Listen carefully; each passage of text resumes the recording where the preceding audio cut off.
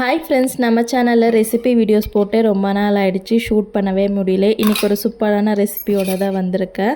Over night soak பண்ண ராஜ்மாவை குக்கருக்கு transfer பண்ணிவிட்டு salt போட்டு 6 விசில் விட்டு வேக வச்சு எடுத்துக்கோங்க. மிக்சர் ஜாரில் 3 தக்காளி, 10 பல் பூண்டு, 1 இன்ச் இஞ்சி போட்டு நல்லா ஃபைன் பேஸ்ட்டாக கிரைண்ட் பண்ணி எடுத்து வச்சுக்கோங்க. இப்போ வானலியில் 3 ஸ்பூன் அளவுக்கு ஆயில் போட்டுட்டு ஹோல் ஸ்பைசஸ் போட்டு அது நல்லா பொரிஞ்ச பிறகு 3 மீடியம் சைஸ் வெங்காயம் கட் பண்ணி வச்சுருக்கேன், அதுவுமே ஆட் பண்ணி நல்லா கோல்டன் ப்ரௌன் கலர் வந்த பிறகு அரைச்சி வச்சிருக்க பேஸ்ட்டுமே போட்டு பச்சை வாசனை போன பிறகு salt, chilli powder, garam masala, மஞ்சள் தூள், தனியாத்தூள் இதெல்லாமே போட்டு நல்லா மிக்ஸ் பண்ணிவிட்டு 1 டம்ளர் தண்ணி ஆட் பண்ணிக்கோங்க.